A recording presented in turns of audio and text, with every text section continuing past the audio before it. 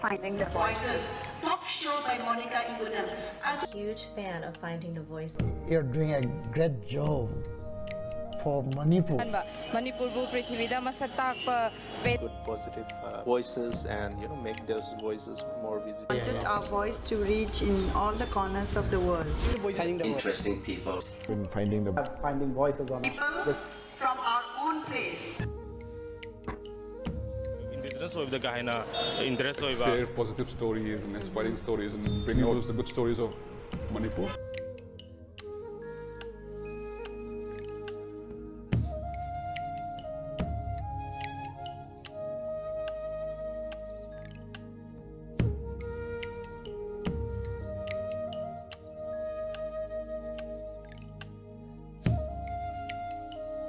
Finding the Voices.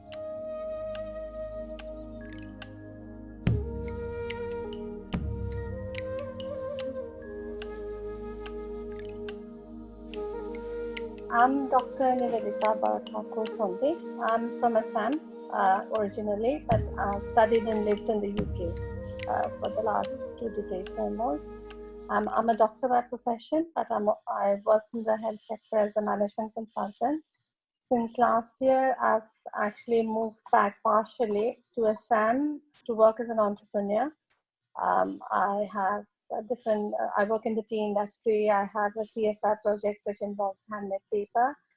And I also work as an honorary advisor to the government of Assam in the health sector since last year. So that's a brief sketch of my background. I commute between London, Abu Dhabi. Since last year, I moved my family over to Abu Dhabi and Assam every month. Mm-hmm.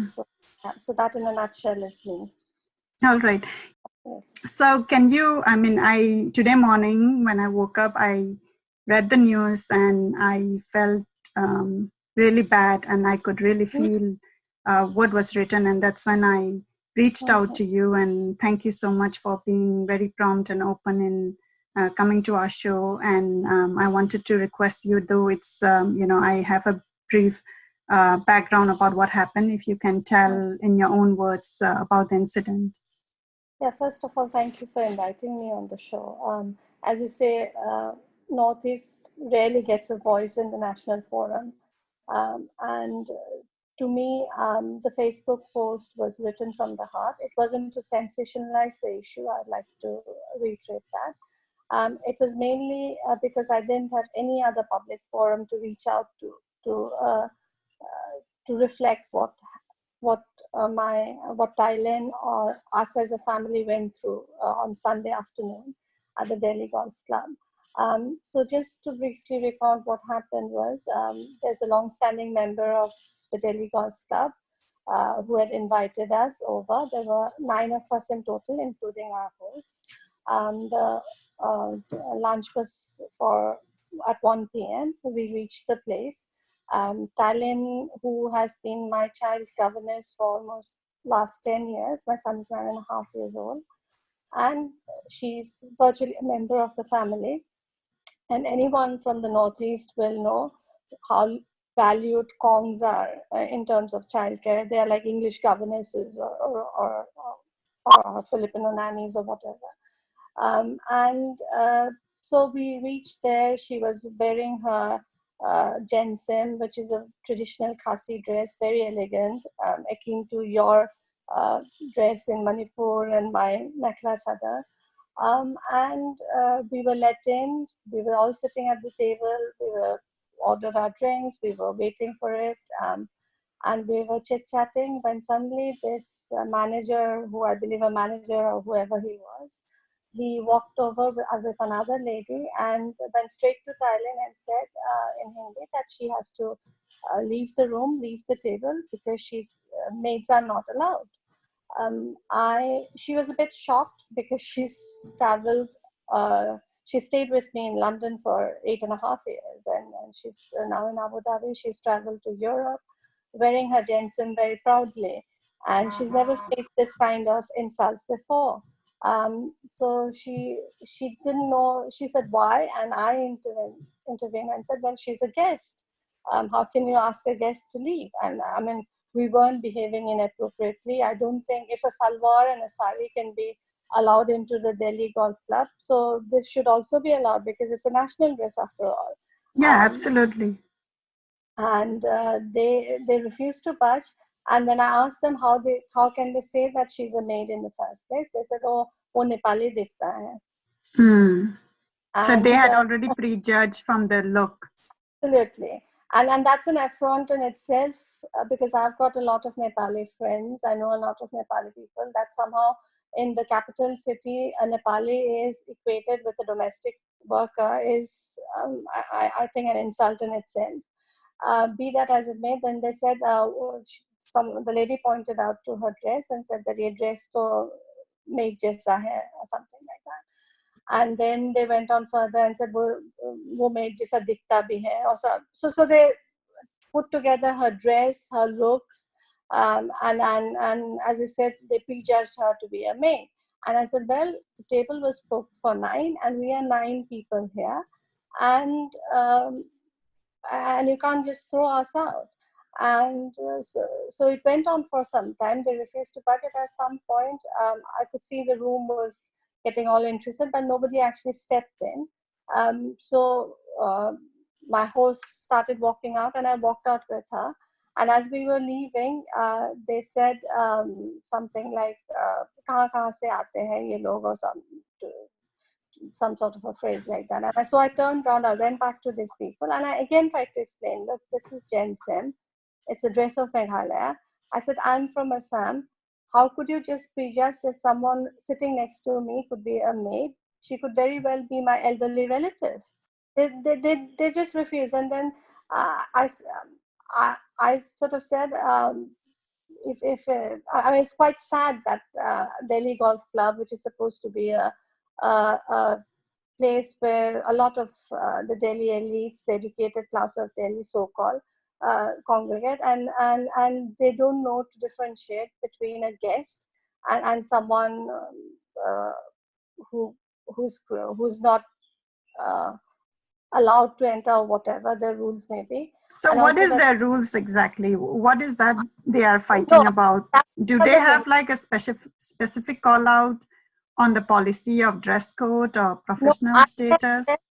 I checked it, and it doesn't say that national dresses are not allowed. And there were people in the room who were attired in Indian national dress. So a saree and a salwar was sitting there happily.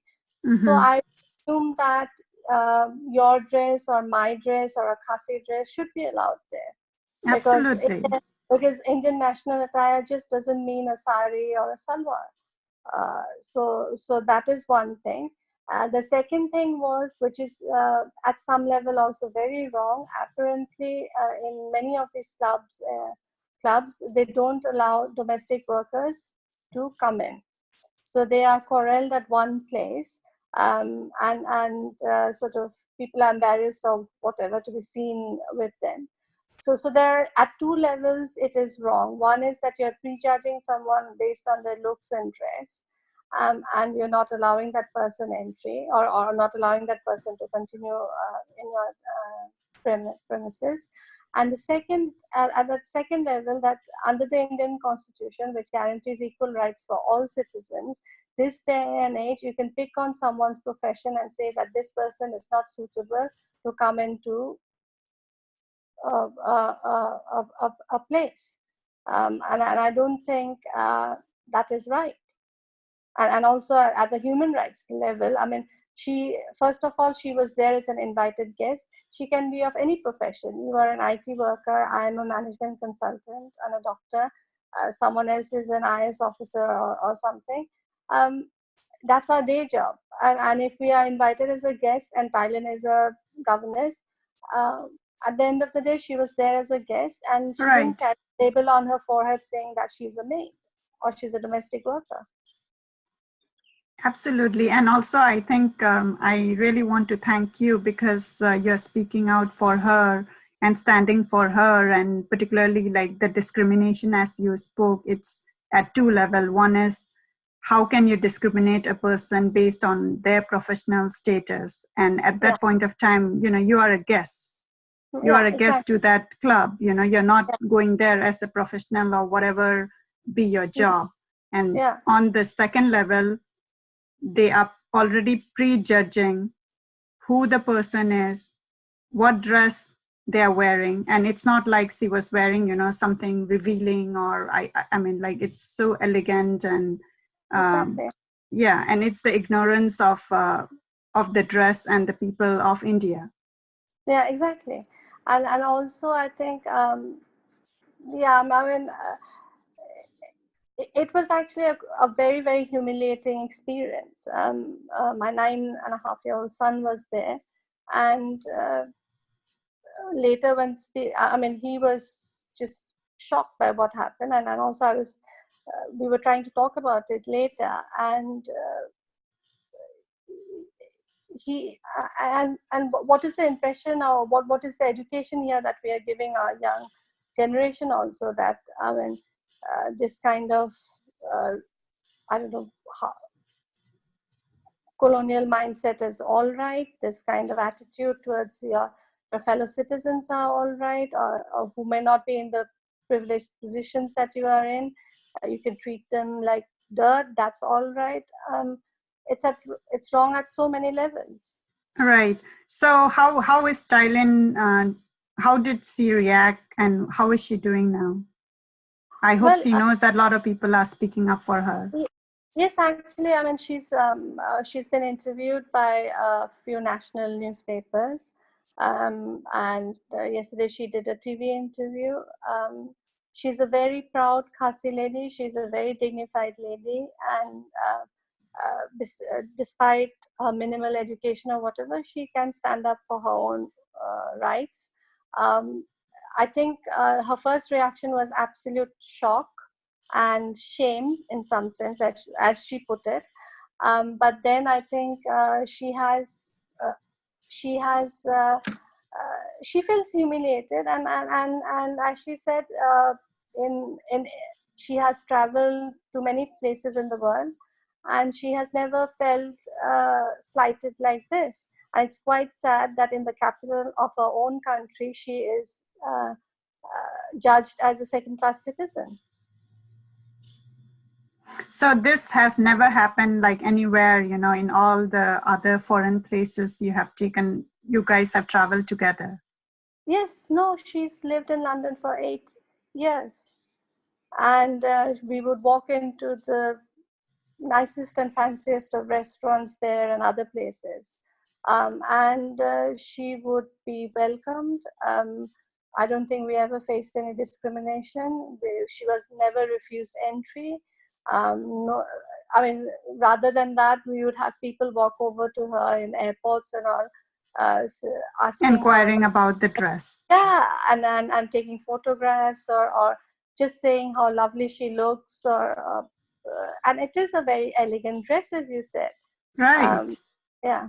So nobody, like none of the onlookers didn't even have any interest or, in that event, and people walking out in the middle. I guess you guys have just started eating and you didn't finish your meal. We had ordered drinks, so the food hadn't arrived as yet. We were just about to place our orders when they came in and asked her to step out. I mean, the tables were laid quite closely to each other. If anyone had any sense of civic duty or anything, because there was some, I mean, we were arguing, so there was a bit of noise there. Mm-hmm. They could have stepped up and said, may I know what's happening? Because they are all members and their guests there. They could have, I think, at least one person could have got up and said, may I know what the issue is? But no one did. So you were very disappointed. Not only at what the golf club had said, but also for the people, for the onlookers. don't know whether I was disappointed or not, because I think my expectations from or over the years, the experiences I've heard from fellow Northeasterners or fellow citizens even. I mean, we are the kind of people who people can die next to us on the street and we just carry on. I mean, as news reports say, somebody would be lynched or somebody would be run over by a car on the street, and the next few cars just move on.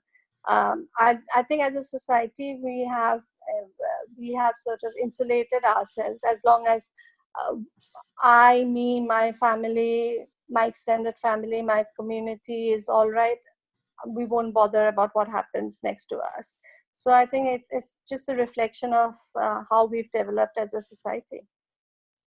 And yes, it's disappointing in a way, now that you put it, that probably that room was full of people who are educated, who well-traveled, well-informed, people of stature, people probably in government positions also, and they couldn't be bothered when one of their fellow citizens are humiliated or treated in a way. But what can you expect? Those are the same people who keep their domestic helps outside because they're too embarrassed to sit with them and share a table.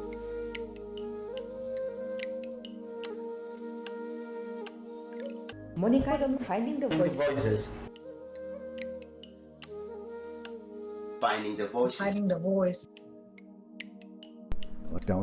Air Force ki sutta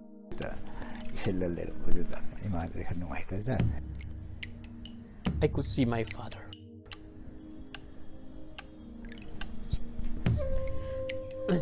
Who came to meet my headmaster because he was unable to pay the fee.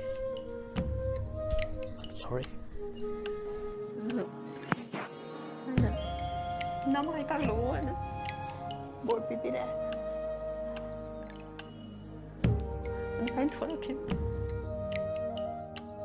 Because we need such story for people to have faith in the government, in the system, that yes, it's working. Let's bring peace in our home state, Manipur. Who have got the job without bribery, they'll do justice to their job, and they will help raise the standard of Manipur.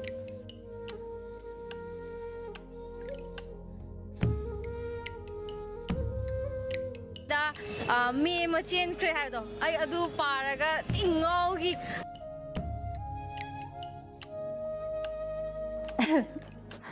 Yeah, I did. Wako.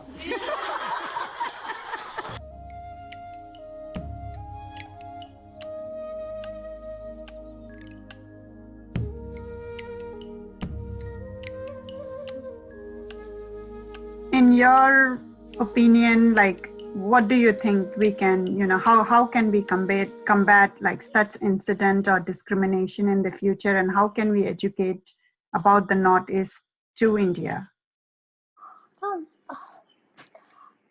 Because I think like this is not the first incident. There has been a lot of other incidents, variants of incident which has come up for the lack of recognition of the people of the northeastern part of India. I mean, I don't know if you followed the news. You know that young child actor in one of the Hindi movies who's done this movie with Salman Khan. I saw a clipping where he was asked at the press conference, "Is this your first visit to India?" And he's an Arunachali boy, probably 6 or 7 years old. And I loved his response because he sort of said tongue in cheek, "Oh, I'm an Indian. Why you are saying that this is my first visit to India?" So I honestly, Monica, I don't know. There's been so much talk about sensitizing people, doing this, doing that. As a culture, in Indian culture, I don't know how receptive we are to diversity. That's, I think, we call ourselves a diverse nations, but we also sharply define us by region, by caste, by creed, by religion, by looks. And I think there's a long way to go to think of us as one nation even. When an incident happens, I think we have a few stray voices, but nothing is followed on from there. I mean, if you remember, there was this horrible incident in Delhi a couple of years ago, maybe, of that Arunachali boy who was lynched. Yes. Yeah. There was a big noise, there was a report that came out, but I don't think actually in tangible ways anything came out of it.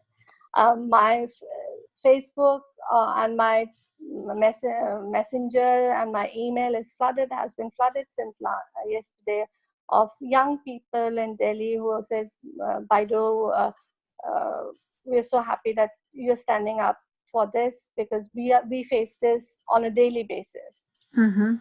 And there's a reporter from a national newspaper who said, Baido, when I was in Delhi, I was thrown out by a North Indian landlord who said that we don't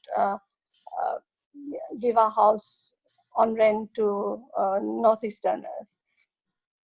And so I think it's rife. And as I said, I think our representatives in parliament, in government can do more. I think there needs to be, at a wider level, a look at how some of these institutions in the name of private clubs are perpetuating a colonial hangover of racism, of racial profiling, of inequality, which goes against the very essence of the Constitution of India. And I think there should be more people like you who spreads this word, who takes it up at a more sustained level, at a more formal level, because the newspapers would have moved on, and the Delhi Golf Club has been very stereotypical in their response. So the president said that yesterday to NDTV that he hasn't heard of any such complaints, and the club has a strict dress code. And my response to that was that if it had a strict dress code, then it should have banned saris and salwars also. Right. But they have chosen not to respond to many newspapers. And they might, I know that they will probably say that this is not true, we just asked her to step out, whatever they might say. I don't think they are gracious enough to admit to what happened and try and rectify. I don't think that we can even hope for that. I mean, that would have been something that you can expect in any other part of the world. Certainly, I don't expect this in Delhi, Lachin's Delhi. That they would own up to their errors and try and rectify that. And I think if at some point we as citizens of Northeast India don't start saying that enough is enough, and this is where it needs to stop, and get out of this victim mentality to more proactivism, more standing up for ourselves, without resorting to violence, without resorting to the level that these people stoop to. I think that's the best way to go forward, and I think at some point we have to draw that line and say, look, you can't walk down the street and call me a chinky. You can't walk down the street and say that I'm not human enough, and I'm not going to take that anymore.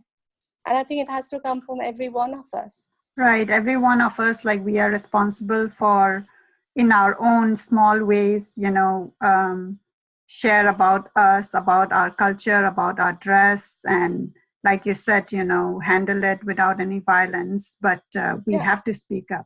So is there anything you want to add which I haven't asked you? No, I think you've sort of you've given us this platform to talk about this incident. So again, thank you for that. And I hope that however small way this is